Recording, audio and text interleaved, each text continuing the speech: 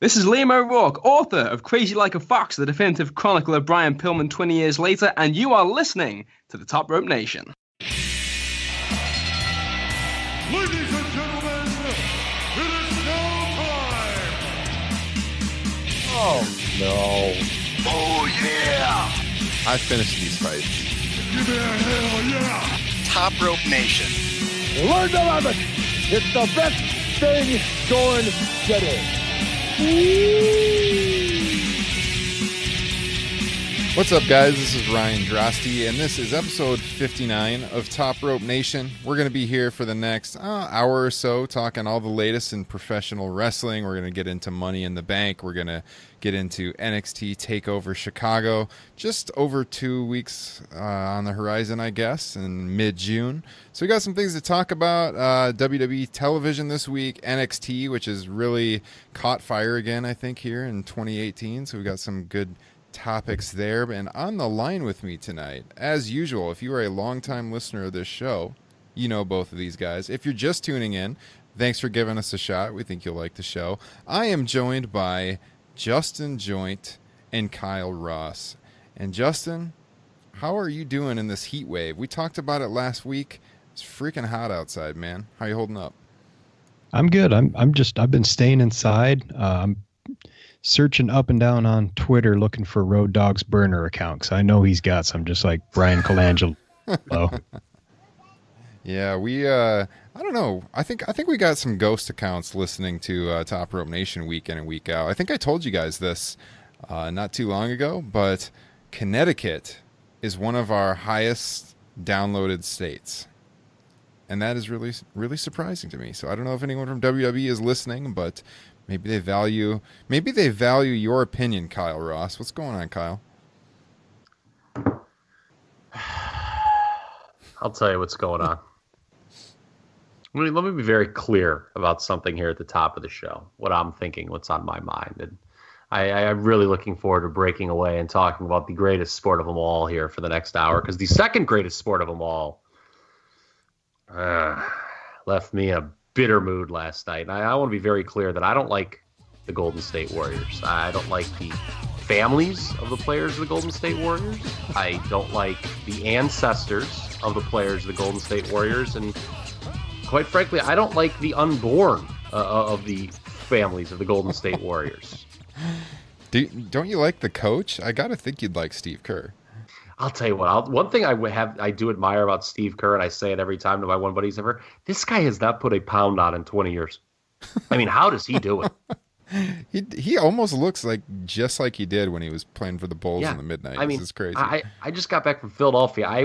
This should tell you what a fat pig I am at the dinner table. I probably averaged about 5 miles a day walking. I don't think I lost 1 pound, because in between walks, I would just shove a cheesesteak down my face. When in Rome, right? When you're there, you got to do it. Yeah. That's awesome. Well, I gotta say, the Top Rope Nation headquarters has moved. I have been moving houses here in the last week. I have quite a primitive setup here as we record on Friday evening, and so my old locale where the first 58 episodes of the show were recorded is no longer in my possession. I signed it off earlier tonight, so I am kind of living in a temporary home until our new home is finished construction. So it's going to be interesting over the next couple of weeks recording here, and you may hear my child screaming in the background because I can no longer get away from her like I could at our former house. But we'll see what happens. It's I do got to say, I got to throw this out right away, guys. I didn't tell you this off the air, but I did not have cable at all this week as we were moving homes, and so I did not see a minute of Raw or SmackDown. I read the results and kept up with it that way, but I actually did not see anything. So I'm going to be leaning on you two to see what I missed out on if I didn't actually watch the show. Well, I watched both shows, and I feel like I didn't see a minute of it, so this is going to be interesting. Yeah, Bobby Lashley was great. That's all you need to know. Hey, that's quite the 180 out of Kyle Ross there. And this is it sounds like it's going to be a very emotional episode of Top Rope Nation here, by the way. It sounds like with a tear in your eye, we're at a different locale this week, huh? Yeah, my old I'm not gonna lie, man. It's tough moving out of a house you lived in for several years, and the house you bring your child home to. So Yeah. it was a little sad, but it was nice getting that check, and looking forward to moving in the new house. So maybe we'll be there in 4 weeks when Kyle may or may not make his way through the great state of Iowa to pay a visit to. My God, what if we recorded in person? We should do that. We should just sit around my dining room table, plug in the mics, and record it live. Yeah, I'm driving. I can bring this frickin' microphone if I learn how to set. You guys can even teach me how to set it up. That is usually our theme when we get started. Is Kyle has technical difficulties a lot, so Well, we can straighten that out. Killed my second JMO and Sprite, so. All right. Well, before we get started here, I do have to point out, got to get through everything. If you are listening on iTunes, hit that subscribe button. The one thing I did want to mention too, by the way, is we have relaunched our Patreon page. Now that we are doing the show full time again after our kind of layoff in the wintertime, if you go to patreon.com/TopRopeNation, you can, sign up to be a patron of the show. If you like what we do, you can pledge $1 a month to us, $10 a month, whatever you want to do. There are perks that come if you become a Patreon subscriber. We used to live stream all of our shows on video, which was always quite the sight every week to see what Kyle We was. are handsome men. Yeah. Too, is the key. I mean, that's the real hook. But it was always kind of interesting, Kyle, to see what you were wearing. You'd have like a bathrobe on. You'd have the American flag sunglasses. Which have broken, by the way, sadly. Oh, that is a travesty. Yeah. That brings a tear to my eye. But I broke them during a Cavs game, actually. oh, not surprising. I mean, they were very cheap. So Yeah. Well, if you guys want to see us record the show live, we post this on delay. I mix it. The show goes up usually the next day. But if you want to see us record live, if we get enough Patreon supporters again, we will relaunch that initiative and we will live stream all of our shows on video again. So check it out.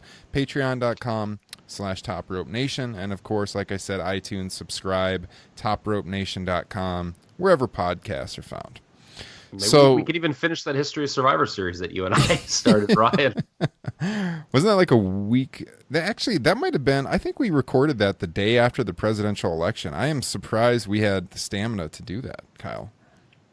I'm pretty sure that was like November 9th or 10th or something, 2016 when we did that show. It is the Thanksgiving Eve, Thanksgiving week, November tradition. So yeah, you're probably right. I think we got through 1989 and then I don't know what happened.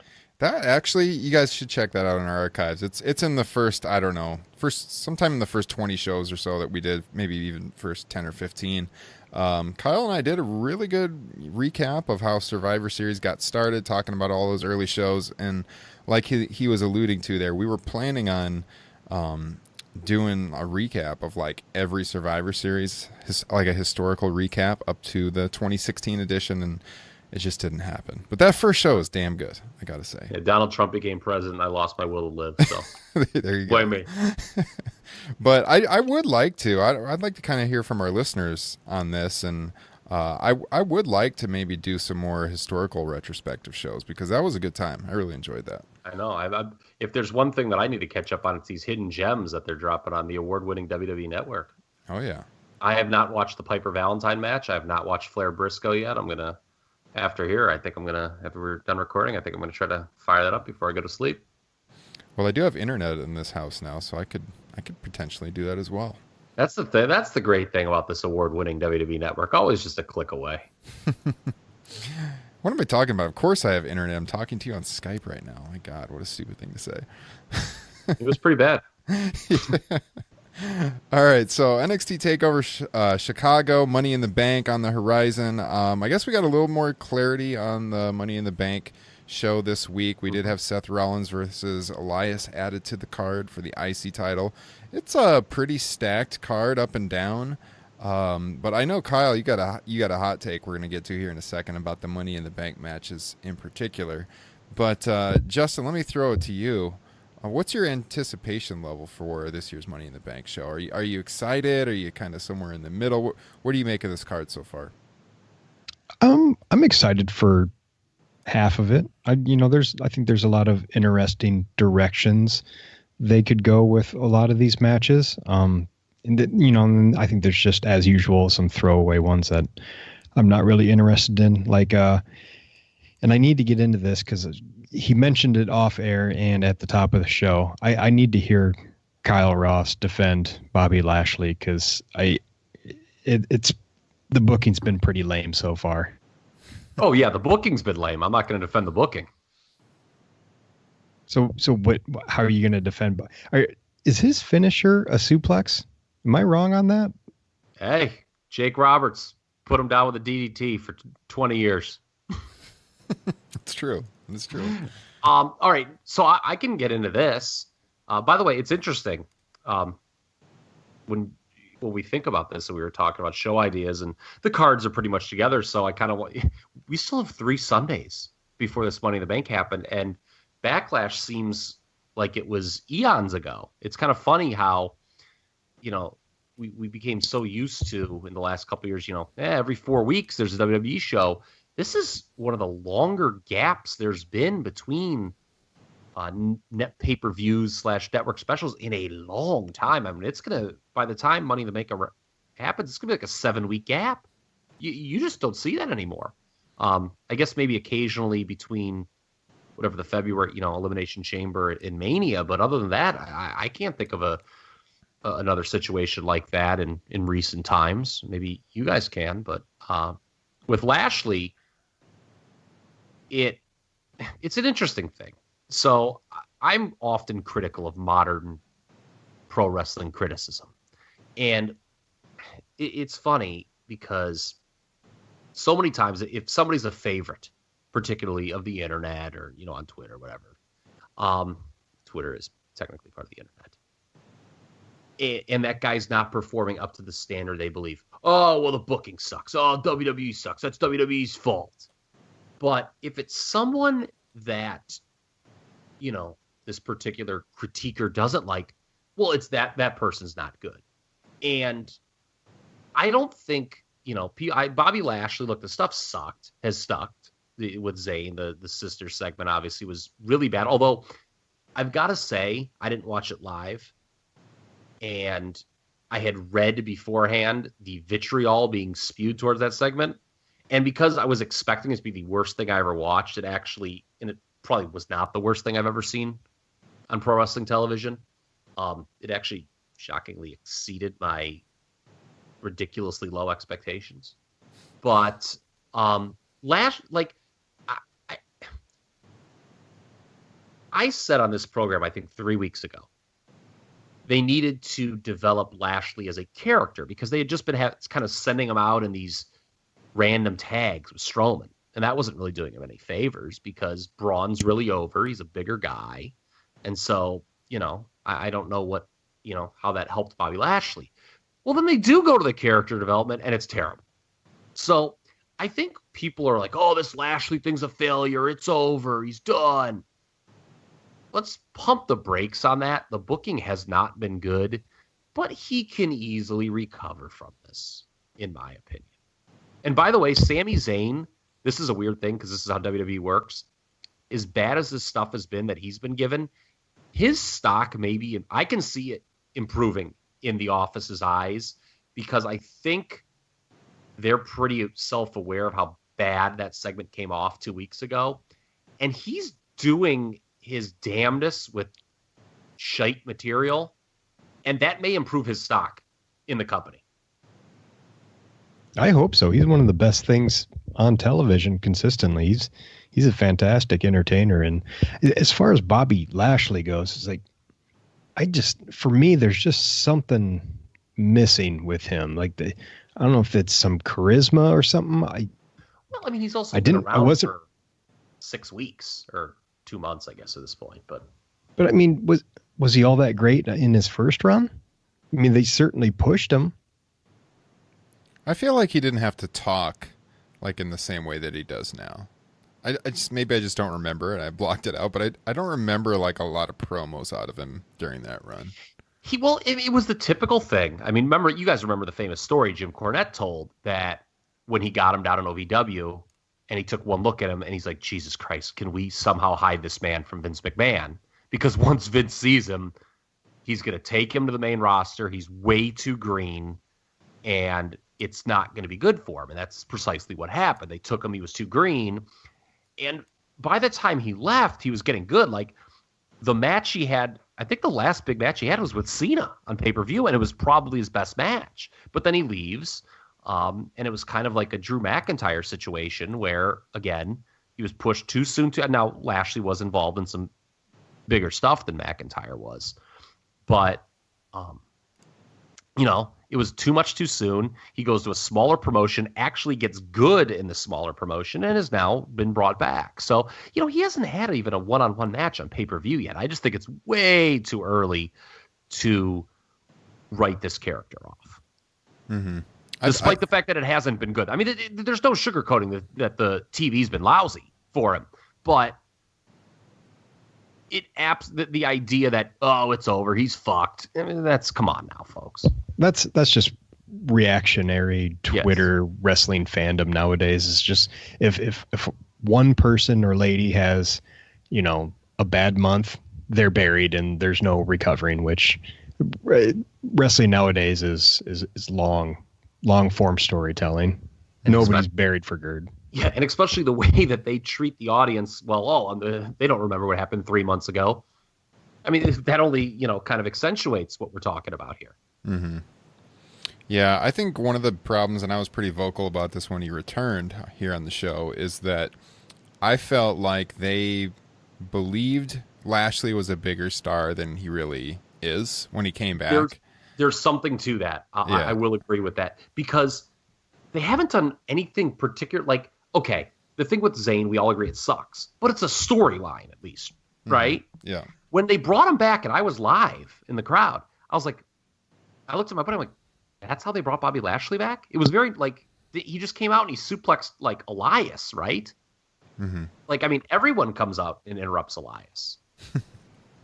So, I mean, the Lesnar thing is sort of writes itself, and they have not even touched upon that. Like, to me, if you want to make Lashley a bigger deal, hey, Brock Lesnar's not the only guy around here with MMA background. Look at me. Mm-hmm. And he, by the way, he never beat me the first time. I mean, granted, they didn't cross paths, but, who cared? Just say it anyway. Yeah. And Lashley wasn't in the big leagues. He was at Bellator, but I mean, who was Brock Lesnar before he beat Randy Couture in the MMA world? He was nothing. Mm-hmm. Well, Lashley's also hamstrung because even if they do like a video package to show what he was in the WWE before he left, like they don't even want to show like his biggest moment because of the whole Donald Trump connection. So he's kind of hamstrung there. Yeah, they just show him walking to the ring, and he participated in one of the biggest matches in WrestleMania history. And you're like, well, what was it? Yeah, because they just show him walking to the ring. Yeah, so they try to avoid that. So I don't know. I definitely don't think I don't think he's done or buried or anything like that. I think the ceiling is still high for him. They just got to come up with the right story. And yeah, the Lesnar angle would be pretty good if Brock Lesnar was ever around. Yes. But I don't see how they're going to get to that. We could get into discussion on that too. And Brock Lesnar and SummerSlam, we kind of talked about that on a past episode. But who do we think the opponent's going to be? God, for Brock Lesnar at SummerSlam, Roman Reigns. Man, I want it to be Seth Rollins personally. It has to be one of those three: Reigns, Lashley, or Rollins. I cannot see it being anyone else. I don't know how you make the argument that anybody other than Seth Rollins should beat him for the title at this point. Just with the year that Rollins is having and them not pulling the trigger with Reigns all these times, like, why not? Rollins is the guy. I'm sorry. Go ahead. No, I was just going to throw in for those. I mean, you could throw Strowman in there too. Yeah. Yeah, but I don't think they want to put the title on him, and you don't want him to lose. That's true. That's the issue with Strowman, and I'll bring that. I'll circle back to that when we talk about the Money in the Bank match. Why I actually don't think he's going to win, but if you, to Ryan's point with Rollins, if you want the quote unquote traditional baby face, everyone in the crowd behind the baby face, then you go with Seth Rollins. Yeah. But at the same time, I think it would be dumb to beat Seth Rollins. Oh yeah, for sure. I would like to see an Intercontinental versus Universal Champion match where Rollins wins and has both belts to end SummerSlam. I think I referenced this 2 weeks ago, and they're not going to do it, obviously. But to me, the best story they could have told this summer on the Raw brand would have been Rollins beating Lesnar for the title, and then having Roman Reigns win the briefcase, and then cashing in on Seth to bring it full circle, and then doing his heel turn. Because that's, I think, a way that you could actually make the heel turn work with Roman Reigns for everybody. Oh yeah, I think that would be great. Yeah, I think it seems like Seth is laying the groundwork for a match with Brock, so they could definitely do that whole story about how Seth is the real champion on Raw and all his title defenses versus Brock, who's never around, and I think it would be intriguing. I think that's definitely a title match for the second biggest show of the year. So Kyle mentioned like you can't really see them having Rollins lose at SummerSlam or what was it, Lashley? Brock Lesnar's title reign is coming to an end regardless of who he faces at SummerSlam. I can't imagine them keeping this going any longer. Yeah, that is a good point. That is this thing we've talked about, how it's just hampered. I mean, we threw out 4 baby faces, including Strowman. It was Strowman that I said, you don't want him losing, certainly. To you don't want really any of the 4. You don't want losing to Lesnar. And that is a good point, Justin. That whoever gets the shot probably is winning. I mean, dear God. Yeah. I mean, please, you cannot keep this Brock Lesnar thing going. Well, according to this week's Observer from Big Dave Meltzer, we'll know based upon if Brock, re-enters the USADA drug testing pool for UFC, right? If he does that, he's probably gone, and he's definitely losing the title. So, if he's looking, I would love to get 2 losses out of him. Get 2. You got to get 2 losses out of that guy out the door. Yeah. God, no kidding. Especially as long as he's been built up as this monster that nobody can beat. And here's what's hypocritical. So I've been listening to the Pritchard show, sometimes when I'm like doing work in the yard or something like that. And it was funny when he defended their booking of Goldberg in 2003, which was terrible. He totally gave the company line on Goldberg. And his point, but he did make this point, and I kind of thought about it a little bit, and it made me think of Brock Lesnar currently. He's like, well, Bill just wanted to come in and just beat everybody, and then he would lose his last match. And Pritchard goes, well, that's fine. He loses, but what about all the guys he beat before that last match? And I was like, it's not a terrible point, I guess. But then it got me to thinking about Lesnar. It's like, okay, he's beaten a lot of people, and he's not given them all those jobs back. Mm-hmm. He's not given the job back to Samoa Joe, for sure.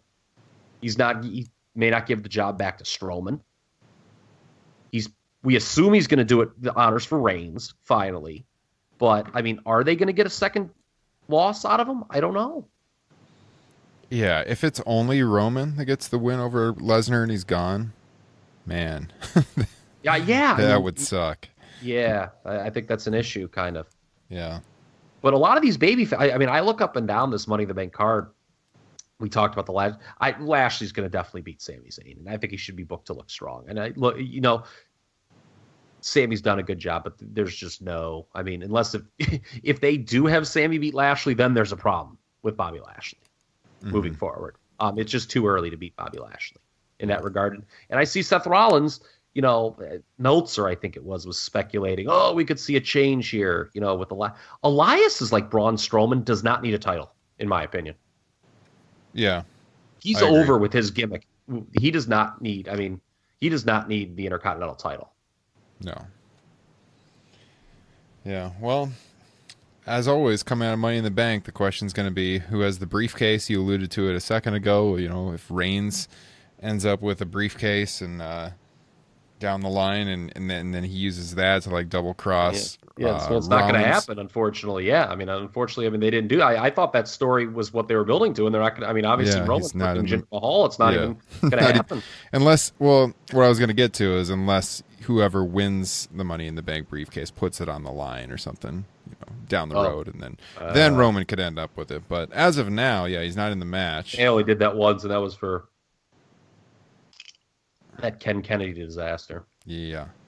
So what we wanted to get into here with the Money in the Bank matches, and now, of course, we have a female Money in the Bank match as well, but especially with the men's side, and we talked about this off air, the big question is, has Money in the Bank ran its course? Is this gimmick played out? Do people care like they used to? And we've got a big field this year. I think there's some intrigue on some people who could win still. But to me, the show just doesn't have the excitement maybe that it did in past years. And I don't know how Justin feels on this. I know Kyle has some strong feelings on it. But it is a situation where, and this happens a lot when NXT shares the weekend with the main roster shows, where the NXT show, I think, is, at least from a match standpoint, is really outshining this show, I think. I mean, my anticipation for the matches, TakeOver looks to be an awesome card. I'm not saying this isn't going to be a good show either, but I'm a lot more intrigued with the matches at TakeOver, I think, than I am about Money in the Bank. And is that a sign that Money in the Bank is just not a big deal anymore? What do you think, Justin? I totally disagree. I think it's still a huge deal, and especially now that we've had like 3 Money in the Bank winners that have lost, their chance. It's not like it's a given that whoever wins is going to be the champion like it was for a while. And it's, it's better than anything other than, as far as getting a championship, it's better than Survivor Series as far as a big pay-per-view goes. Royal Rumble is still a far bigger deal, but it definitely gives you a big insight as to what the company or who the company is looking at as far as, a future star. And sometimes it doesn't work out.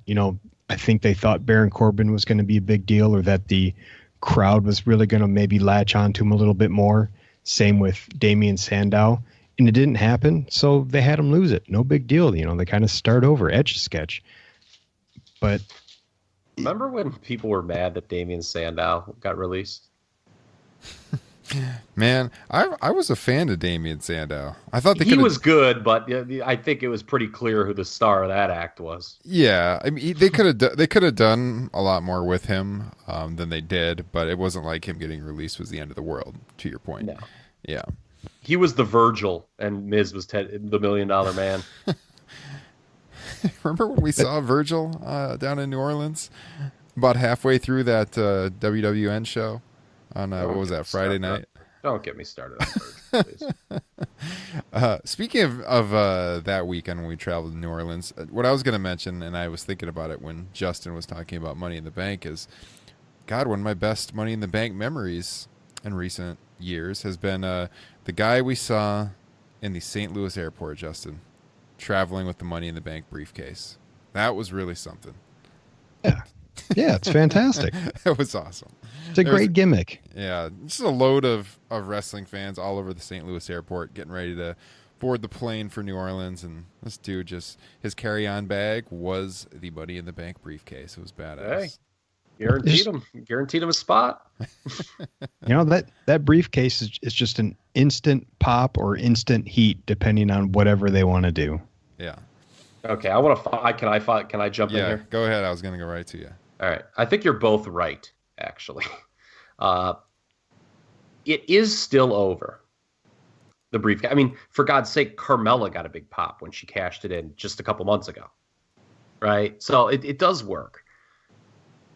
My issue with it, though, is, and this to me is a legit criticism of modern WWE, at least from my perspective, is the year-to-year sameness of the product.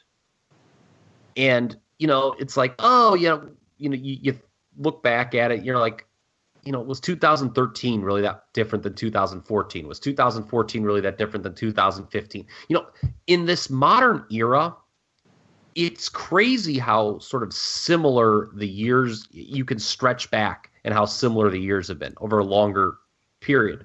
Where if you go back to the 80s and 90s, and there are reasons for this, both, that are both good and bad, you looked at like years that were 2 years apart, and it was like worlds different. Who was on top? All these sort of tipping point moments in the promotion, whereas you just don't have that anymore. Mm-hmm. And I bring this up because Money in the Bank, and I actually do view this as a negative, very much plays into the sameness of WWE year after year. It's just like, okay, who's going to win Money in the Bank? And okay, they're going to do it. And my issue is what I'm sick of. And what made me think of this is I saw Meltzer going back and forth with someone on Twitter about, who should win the women's Money in the Bank match. And he's like, Charlotte should absolutely not win it.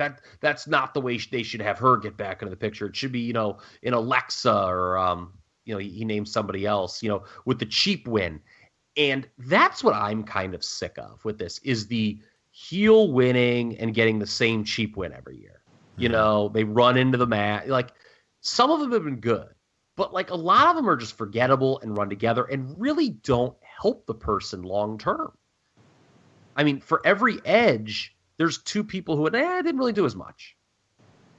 Yeah. I mean, what are the memorable cash-ins? It's Edge. I liked that. Obviously, that made the gimmick. I mean, I watched that show live. That was, to me at the time, was incredible, just revolutionary.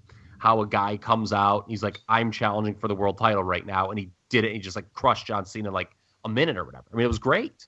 I liked Van Dam when he did it because it was very different, because it wasn't a heel. He was like, no, there's going to be a second ECW pay-per-view. I want to main event that show. And they don't do those nearly enough anymore. Like when it's like, guys, go ahead. That's the thing, is the problem is not Money in the Bank. It's how WWE books it. And obviously I think it's just easier to have the heel carry it. But if you have, the face who announces in advance that they're cashing in at this event, it works that way. And it's not like they have to win. John Cena cashed in at, Raw 1000, lost. And it just depends on who they give it to. It's like if they gave it to, if Finn happens to win it and he says he's cashing in at SummerSlam and, God forbid he lost to Brock Lesnar, I mean, what does he really lose from that? Is he not going to be as popular? No, I mean, it's just kind of the way they do it. I mean, it gets a title shot. I mean, look, the way modern WWE works, it's a staple, but I got to say this. I just referenced Edge. Folks, the first Money in the Bank briefcase match was over 13 years ago. How many gimmick matches last that long? Now it's a testament probably to the gimmick itself. Mm-hmm. But, I mean, other than the Rumble, I mean, what gimmick match has worked for this long? They need to bring back the Judy Bagwell on a forklift match. Because, I mean, to be honest with you, I mean, Hell in a Cell kind of got ran into the ground and does not mean anywhere near what it used to be. Yeah. So, but part of that is because it's an annual pay-per-view. Yes, like, I agree. It's forced onto a feud instead of being like randomly at the end of one. Yeah. Okay, and this works in the sense that you can do it randomly much better than Hell in a Cell, because you can just throw a bunch of guys in a match and it's like, okay, it's Money in the Bank. 8 guys qualify for it. This works better. That it's not as awkward as just, oh, it's October, it's time to put 2 guys in Hell in a Cell. Like, this works better than that. But at the same time, I think for me, that year-to-year sameness of the product, when this became its own standalone pay-per-view, I mean, the matches themselves really run together. I mean, what's your favorite Money in the Bank match over the last several years? I was thinking about that same thing. It's like, there's no way, because I was going to ask you guys, like, hey, maybe, during this episode we should favorite Money in the Bank match. And the more I thought about it, I was like, fuck, I don't really have one because they all just kind of blend together. Yeah. And it's kind of That's funny. not the I point. was the same way with the Elimination Chamber, actually. I went back before they did that. I was watching a lot of the old Elimination Chambers, and I was like, yeah, this is good, but I don't know if it was necessarily better than this. I mean, there's been a few that have stood out, in those, and I'm sure there's a few Money in the Bank ones. To me, the ones I remember are actually the ones that were on the WrestleMania cards the first couple of years. Yeah. I'd say in recent years, and shit, this was 7 years ago, I think now, I like the one that Bryan won, 2011. The one that Rollins won was really good. Yeah, that one was good. They definitely do. Good. They definitely do run together. And I think that is emblematic of the product as a whole. To me, it's just in any WWE storylines these days, it's really hard for me to pinpoint. Like, if you were to say to me, oh, what was going on in December of 2014? Like, sometimes it's hard for me to remember just off the top of my head by a date. But like, if you go back to the 80s and 90s and you throw out a date, like almost every year I could tell you what the top feuds were at the time. Yeah, like I could tell you, I could probably, no one wants to hear this, and I promise you I won't, folks. I mean, I could just go 30 minutes straight on like December of 1987, but December 2014, I'm struggling right now too. I think I was actually at a pay-per-view in December of 2014, to be honest with you. But yeah, I was, as a matter of fact. So that's a bad example. But still, yeah, I mean, your point stands. And I hope they have some more creative options for the winners. I think that's what it is. I just don't want two heel winners and we're like, oh, when are they going to sneak in and win it? Because I actually don't think that gimmick works that great. It worked tremendously for Edge, okay? And it took him to a main eventer. Although, there was some kind of, it's interesting, it almost didn't because they had him lose it back so quick, but because of the Rob Van Dam suspension over the summer that year, he wound up getting back into the main event scene and stayed there for the next 4 years or whatever.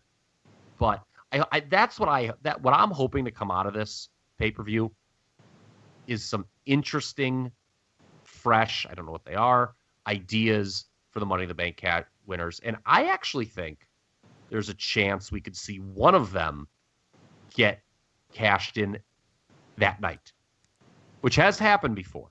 Kane did it. They showed it on either Raw or SmackDown this week. Dean Ambrose did it too. That's right, he did, and set up the Shield. That's right. So they've done it 2 times before. See, that's the thing. Like, how many times can you get? Like, what creative ways are there with this thing? And I think the fact that you got a last man standing match would be a pretty damn good setup for cashing it. Yes, and I think I thought of that. There is an argument to be made for both a potential men's winner and a potential women's winner to cash in that night in Chicago. Mm-hmm. I can Miz, I think, would be the men's winner. He could take advantage of Styles and Nakamura both being laid out or whatever in the last man standing match. And I can't believe I'm saying this, but Natty turning on Ronda Rousey would also make logical sense. It would. I did not think of that one, but that would definitely make sense based on television. So because they're not, I can't imagine they're going to beat Ronda Rousey. Yeah, I don't think so. I mean, you could argue, Stephanie interference, but man, as much as people are like, is it too early to have Ronda in a title match? It's definitely too early to beat her, I think. Yeah. Oh yeah. Yeah. Well, to kind of bookend this topic, I brought it up because we talked about it off air, and Kyle, you definitely had a lot you wanted to say about that, so I wanted to get around to it. My own personal feelings, because I posed the question, has it ran its course? I haven't really shared my personal feeling on that, but I think it still works. I still like the gimmick, but I don't know. I kind of agree with what Kyle was saying. Like, they need to do something to jumpstart a little bit to bring some intrigue back to it. Because the heel having it and carrying it around. I don't want to see Kevin Owens sliding in and out of the ring every weekend. Raw. That's right, and that's not going to happen. Yeah, but that's just an example. I just don't want, or Alexa Bliss. Yeah, for the women. Yeah. I just don't want to see that. Yeah, on the surface, I still like the idea and I like the gimmick, but I do think they need to Give me something new. Yeah, inject some life into it for sure. I wanted to talk about the women's Money in the Bank match for sure too, because one of our listeners sent in a question for tonight, and he was asking about the fact that we've got the Charlotte and Becky Lynch match next week on SmackDown, which is a pretty big television match. He wanted to know what we thought as far as is there any chance we see a heel turn in that match heading into Money in the Bank in the coming weeks? Do we think either Charlotte or Becky could turn heel in that match? That's tough to have a heel turn in a 8-person match. It can be done, but I think that takes away some of the significance of it. It would have to, for me, it would preferably be like before or after, maybe something happens during the match, and then on the next show, then they do the heel turn. Kind of like what they've been teasing with Sasha and Bayley for so long. Yeah, well, that's what he's saying is like the heel turn on SmackDown in advance of Money in the Bank. Oh, yeah, I don't know. Once again, I think it gets lost in the match. I think there's just too much going on, too many participants to do a heel turn there. Mm-hmm. By the way, I think we lost Kyle. We did. I'm trying to get him back on the line right now. All right. I broke kayfabe. Sorry, folks. That's all right. Technical problems here on Top Rope Nation. Kyle has dropped out. We're going to bring him back because I'm sure Kyle has. I'm back. There he is. I'm back. What a freaking atrocity this is. No Money in the Bank. How about freaking? I need some Money in the Bank for the internet. Apparently around here. What do you think, Kyle? Did you hear the question? Do you think there's any chance we would see a Charlotte or Becky Lynch heel turn on SmackDown during their match next week, in advance of Money in the Bank? Not a hard heel turn. Okay. If that makes sense. No. I think there will be are there problems brewing in their friendship storyline, but I don't know. Okay. I don't know where they're going with Charlotte.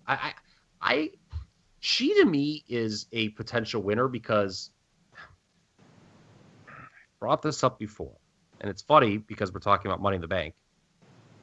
I just don't like the way that the SmackDown Women's division has shook out over the last year with the benefit of hindsight.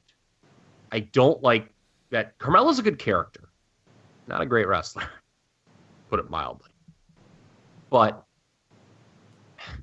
to have that match they had at Mania with Asuka and Charlotte, with all the pomp and circumstance, and have Asuka's undefeated streak end, and then to have that whole thing result in just a typical Money in the Bank cash in with Carmella, I think was foolish. I think Carmella was hotter right off the win last year, and she easily could have won it right then. Mm-hmm. So I'm interested because to me, and this goes back to what I was saying about, these heel cash-ins, what do they do? Once Charlotte or Carmella loses this title, where's she going to be? Dead in the water. Or, maybe that's too harsh. But she's going to be on the title picture. To me, the title picture, you're going back to Asuka, Charlotte, right? Yeah. I mean, there's going to be, I don't know what else you do on top. Yeah, I also feel that way. And it's kind of ironic because in some ways the women's division right now, well, especially on Raw, I guess we're mostly talking SmackDown here. On Raw is intriguing because of Rousey's involvement and everything. But in other ways, it feels like the division has taken a step back in 2018. Just across the board because Rousey's an outsider coming in. And when you go to your what's the term I'm looking for? Like your homegrown talent, maybe they've kind of shuffled to the back a little bit. I think that's unfair. I mean, Ronda Rousey should be at the forefront. No, I agree. She should be at the forefront, but it does seem your like full timers is what you were looking for. The full timers have kind of, I don't know. The intrigue isn't there like it was maybe last year or the year before. Hell, I mean, they're dragging their ass with the Sasha Bayley thing on Raw. Mm-hmm. And, it's funny that they build Nia up as that great baby face, to beat the bully Alexa, and now she's a heel. I mean, again, it goes back to how much foresight's been put into some of this stuff. But let's go through the women here, because I think, to me, it's more intriguing than the men. The men, it's pretty easy to eliminate a lot of the names from winning. But here, I am not as confident. Ember Moon's a name I've seen floated out. She's, by the way, of all the women that have been brought up in the last year, is the only one who made it into this match. Did you notice? Have you noticed that Riot Squad's not in this? Mm-hmm. The Remnants of Absolution are not in this. Iconics are not in this. So it's kind of funny. You've brought all these new women up to not be it, and none of them are in this match. You have, kind of the more established names. Charlotte Flair, obviously, is protected as anybody in the women's division and is always a threat to win. I don't think Alexa has a good chance at all. I just think that would be. She's been a champion for so long on both brands. I don't know what you do with her, and it's obvious they're high on her, but she's exhibit A of what I don't want to see done with the briefcase. She fits the bill of what you and I were saying we don't want to see done with this briefcase. It's kind of, as you talked about how none of the new call-ups are in this match outside of Ember. Isn't that kind of it? On the surface, you would think that would say, it's kind of a difficult match, a ladder match. Maybe they just don't have the trust in those performers yet to be in a ladder match. But then when you look down the list of the people that are in the match, then you see Lana, that kind of sticks out like a sore thumb. They need to do a hope spot with Lana in this match. If I'm agenting this match, look, Lana is not going to be the star of this match. Okay. But you absolutely have to do a spot where everyone is down and she looks like she can win. I think that'll get over big with the crowd if you give Lana one hope spot. Oh, yeah. And Alexa or some heel can cost it to her. Because I think the crowd will get really behind Lana climbing up. Now, you should not have Lana win. Let's be clear there. But I think it would be like a little, if I'm agenting, I put that in there. But she's not going to win. Becky Lynch, just, it's... she's as misused maybe as anybody in the promotion. In terms of being underpushed, she's not going to win. Natalya, because of the angle with Rousey, I think does have a shot to win. I don't think Naomi has a shot to win. And Sasha she won. She's a glue person for the match. She's going to do a lot of the crazy dives, but I don't see her winning either. Mm-hmm. So that leaves us with Natty, Charlotte, or Ember as the. Those are my top three that I'm looking at right now as we've got, 2 full weeks of television to go. Mm-hmm. I think it's going to be one of those three. Your thoughts? Either. Well, me personally, my gut feeling is Charlotte's going to win it. But I kind of agree with what you said there. I do think there's a chance Alexa Bliss wins it because, like you said, I know you said that's what you don't want to see, and I kind of agree. But as high as they are on her and her not having the title, it does put focus on her to have the briefcase on her. So I guess my gut feeling is Alexa or Charlotte. Yeah, go ahead. I was going to say, just because there's certain people they protect, mm-hmm. They want to keep them at a level, and a briefcase is the way to keep them at that level. Yeah. So yeah. And the interesting thing though is if Rousey wins over Nia,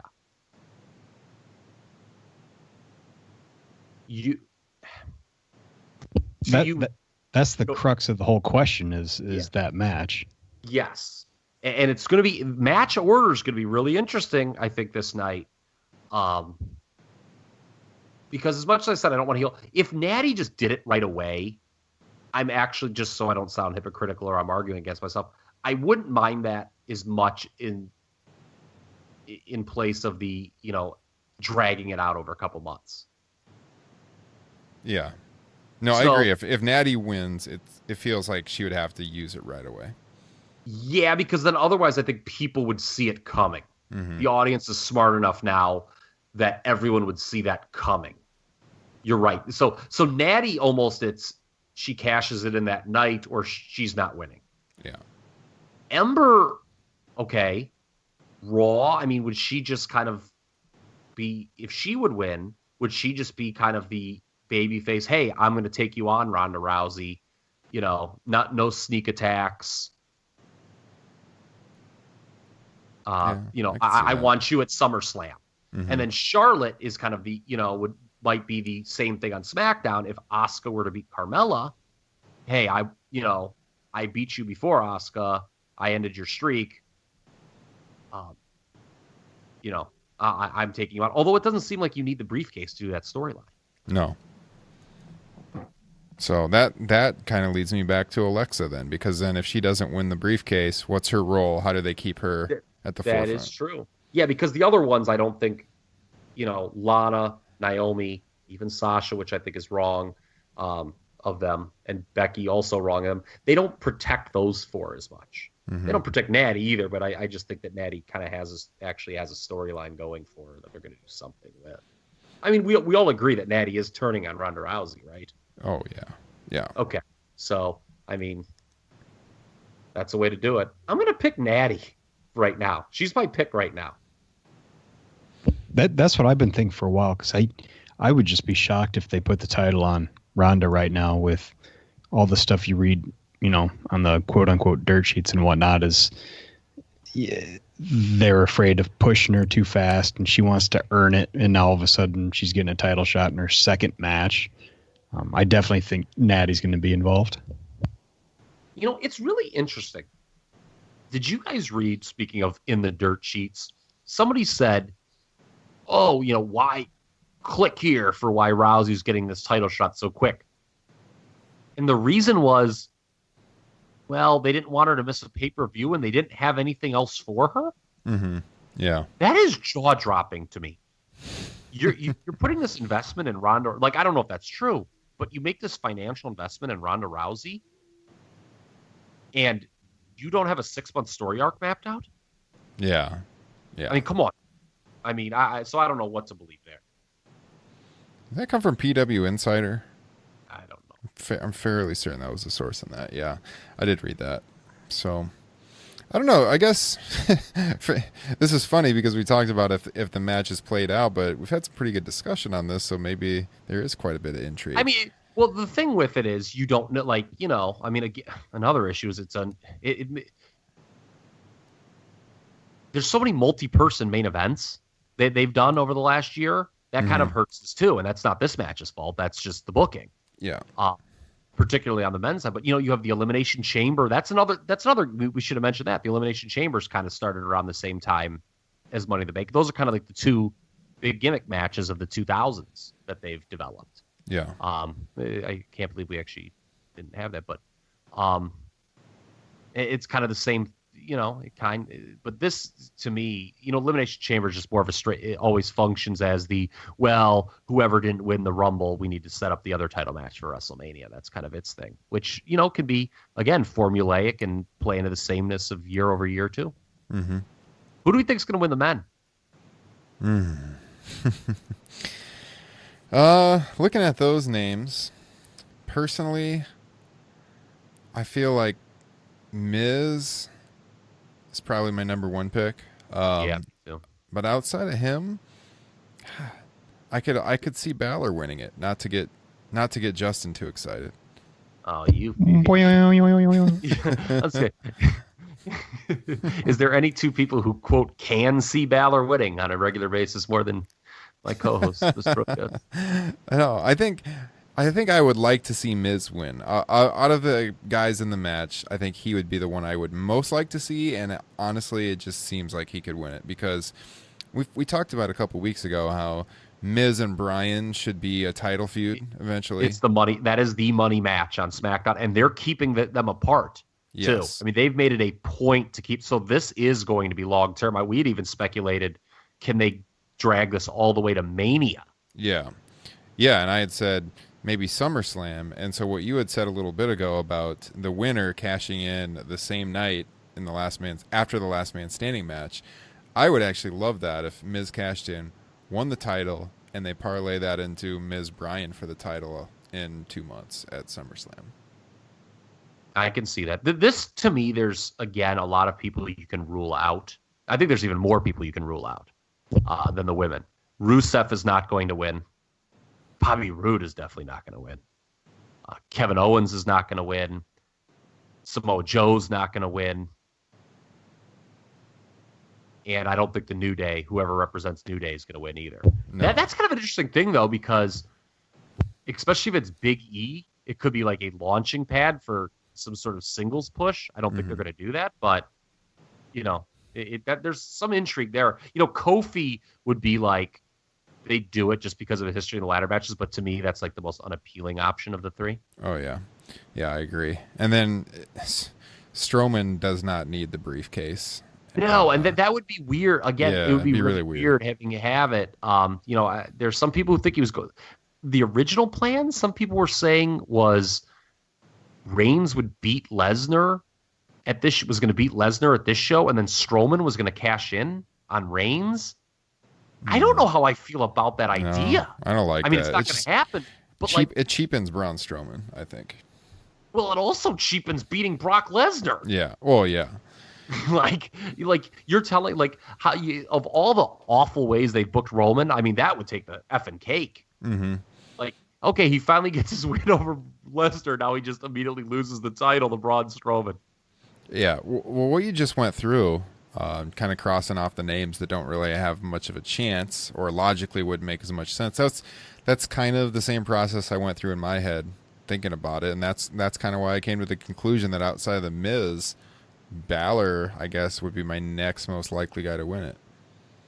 I mean, maybe they do a heel turn or something. I don't know. Maybe. But to me, we all know The Miz is probably going to be the champion on SmackDown at some point.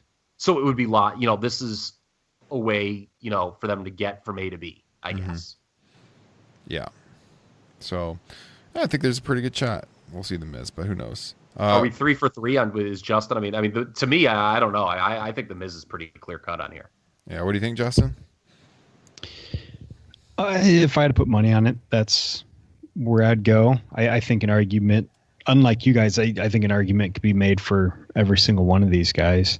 And I personally would be really entertained by Kevin Owens carrying it around. And honestly, I think once again, if I had to put money on it, I would put my money on Kofi Kingston for the New Day guys. But not to win it, but being the guy that they choose to be in the match. You're saying? Yeah, no, even to win it. Oh, because they've said numerous times, both Biggie and Xavier have said, not on camera, that their goal is to get Kofi that title. Being the elder statesman of the group, that's what they want, and if they have any kind of pull behind the scenes, maybe they can get that done. It's not like Kofi doesn't need a long run. Yeah, I think I would like to see Xavier Woods if they go with the Flyers in the group, either Kofi or him. I'd like to see Xavier Woods get the spotlight a little bit. Some disagreement. I want to see Big E for sure out of the three. Well, yeah, I think Big E is the guy with the highest ceiling in the group for sure. But if they want someone if they want someone that can fly, you got Kofi or Xavier, and I'd like to see Xavier kind of get the spotlight a little bit in that scenario.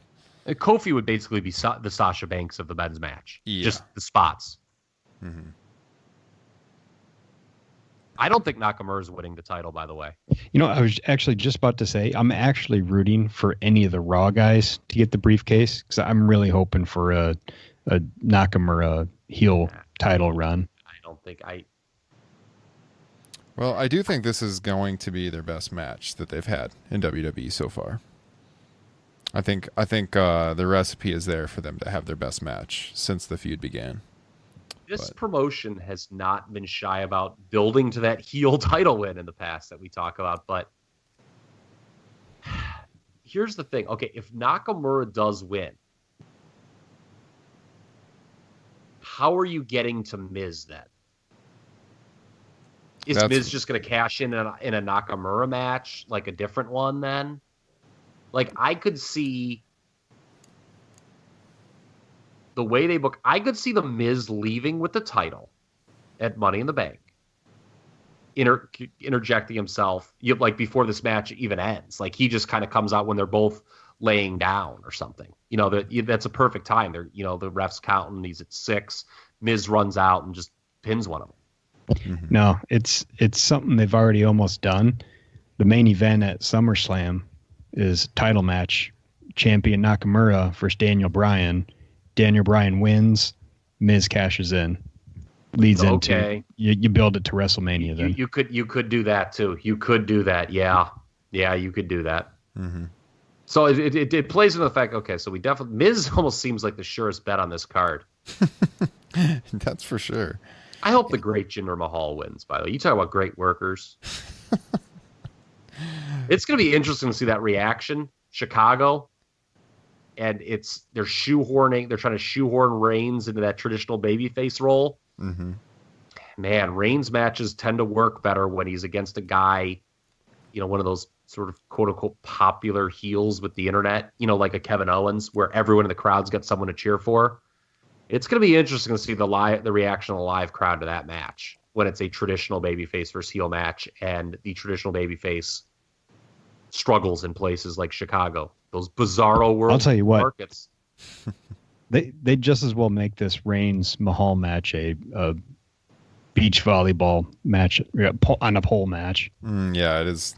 It is going to be that kind of reception for sure. Yeah.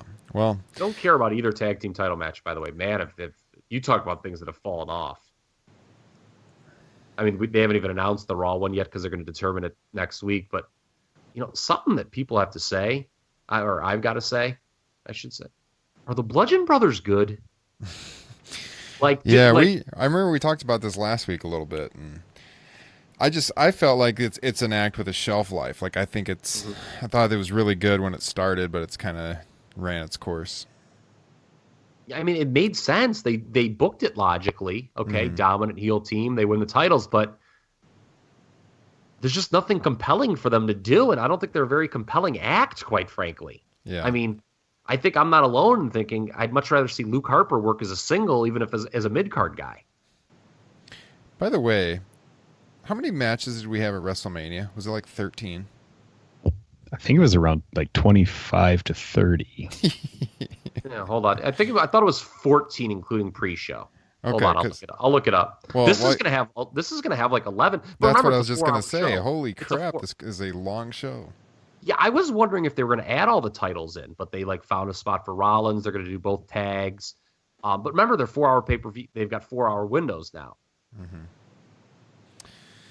Yeah, you add the other tag team match, you're at 10 matches right there. So it's going to be a marathon, especially when you're doing these Money in the Bank matches, which tend to get a lot of time. So and Daniel Bryan, I'm assuming, is going to work Big Cass, even though they very much at Backlash, the way that was booked. I know that Big Cass, that dastardly Big Cass attacked him after the bell, but that didn't really make me want to see a rematch. It was 14 matches at Mania, by the way. 14. Okay. Well, we're on our way. NXT will only have 5 as per usual. Yeah, I wanted to get to NXT before we ran out of time this week, and I am really looking forward to NXT show. I think a lot of us look forward to these NXT TakeOver shows a lot, and I think TakeOver Chicago last year, you could argue, had the best match of the year at WWE with that UK title match.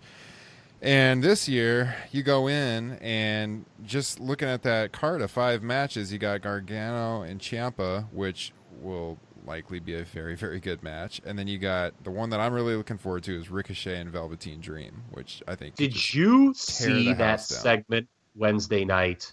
That was unbelievable. Where he jumped out of the ring? Yeah, after Dream said, anything you can do, I can do better. Yeah. And Ricochet does that, and he looks at him and goes, prove it.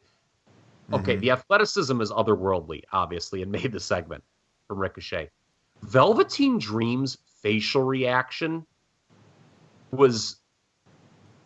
I don't want to say it was just as impressive as Ricochet doing the flip, but it might have been. It sold the whole thing, because it made the flip look better. They posted a GIF or GIF, however you say it, on Twitter of that moment. That was pretty amazing. I just kept watching that on a loop. Yeah, it's how GIF, much did that make you want to watch that match? that is like the big argument on Twitter sometimes I see is, how do you pronounce it, GIF or GIF? I always say GIF, but I don't want to offend half our listeners. Okay, real quick, it stands for graphic interface, whatever. Graphic. That's a hard G. Yes. Can we all just go with GIF, please? I usually say GIF. But sorry, go ahead, guys. yeah, this match is going to be awesome. I've always been high on Ricochet for a long time. I like the Dream a lot. And so, man, this is going to be a hell of a show. Aleister Black and Lars. About it more. Yeah, next week. Definitely next week. We got to spend a lot of time in NXT because you mentioned, Kyle, earlier that television's been really good lately. Yeah, I'm all caught up. It took. I think like a lot of people, you take some weeks off and then you just watch them. 3 in a row or something. And yeah, really, it's funny. It's really easy to consume. A couple of those in a row. Yeah. Just like Taco Bell tacos. God, I love Taco Bell tacos so much. But the difference is the next day you're still feeling really good from that NXT show, and the next day after Taco Bell, maybe not so much. Okay, here's what we need. As Kyle well knows from his greatest Royal Rumble experience. Check the archives on that one. Oh, boy. All right, let's table Aleister Black, because I could go on a long rant about something that I've been wanting to talk about actually since New Orleans, with the dichotomy of having Aleister Black and Johnny Gargano in the spots they are now. And the people brought up good points right after that last TakeOver show, and I think they were absolutely right. So I'll tease that for next week. Somebody remind me. Okay. Yes, let's definitely add that to the agenda for next week. I am already upset, and I don't even know where it's going. We'll talk about it off air. But and Shayna Baszler, who I'm assuming is going to work Nikki Cross, I'm going to make a comment that's going to stun you both. Shayna Baszler may be my favorite performer under the WWE umbrella right now. My God. Did not see that one coming. You talk about someone who has been able to put it together in a very short period of time. You talk about my God. This whole business with just her bullying Dakota Kai. You just watch this television. It's like, this is a person who understands their character and is just playing their role to perfection. And can you imagine Shayna Baszler, when she goes to the main roster, my, oh my, do you have a compelling situation with her and Ronda Rousey? Oh, yeah. As the friends. Everyone kind of was assuming they do horsewoman, the horsewomen versus horsewomen. But, the way that the face-heel dynamics have kind of been blurred with the WWE women, that's probably not going to happen. And Rousey's gotten over as a babyface. Baszler's an incredible heel. That may be the big Ronda Rousey match. That's true. I could see it. Yeah, down the line, for sure. Rousey's the bigger star, but I'm going to tell you something right now. Shayna Baszler's a better professional wrestler. People who are like, oh, she don't even run the ropes. What a shitty criticism that was. If I told you that Shayna Baszler was a massive Golden State Warriors fan, would that change your opinion at all? Yes, it would. Okay, I don't know that to be a fact, but I actually did. I don't like. Don't you? Oh, she better not like. No, okay. Behind the scenes here, as you were talking, I pulled up a tab and I googled Shayna Baszler Golden State Warriors to hope I could come up with some quote from her on that, but I could not find anything. So you're safe for now. Oh, how great would it be if she choked out that Draymond Green? Oh my God. I'd empty the check. I'm emptying the checking account right now. Who do I pay? Patreon. We're Patreon. Yes. How do I make this happen? Patreon.com. How can I make that happen? Oh, I love it.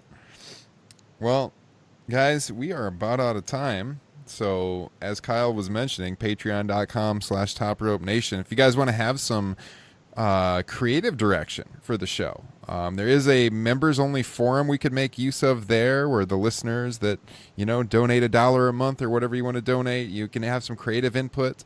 You could be a kind of behind-the-scenes de facto producer of Top Rope Nation. You can see us streaming video as we record the show. My God, who wouldn't want to see that? Check it out. Patreon.com/TopRopeNation. We did a t-shirt giveaway last week. If you want to check out the merch page, it is linked at our website, topropenation.com. You can find us wherever podcasts are found. We appreciate all of the 5-star ratings you guys have been leaving us on iTunes. That's been helping out our visibility and download numbers for sure, specifically from Connecticut, like I mentioned earlier.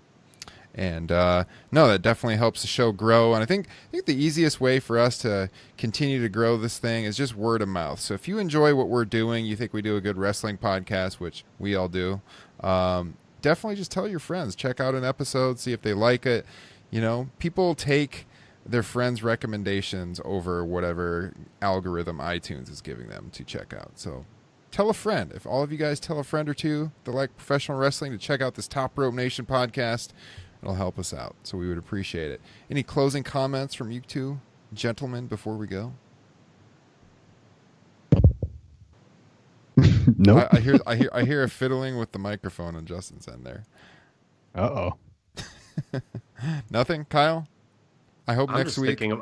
I'm thinking about Shayna Baszler choking out Draymond Green. And, I was just going to say, I hope next week when we get into your Aleister Black discussion, you are in a better mood from the NBA Finals, which you may be, because I think the Cavs have a better shot than people gave them heading in. That's for sure. I appreciate that, buddy. That's really nice to say. Yes. Well, they did. Yeah. Yeah, Justin, don't you start talking like that. All right, guys. Thanks for checking us out. We will be back with the landmark episode 60 show next week. Have a good weekend.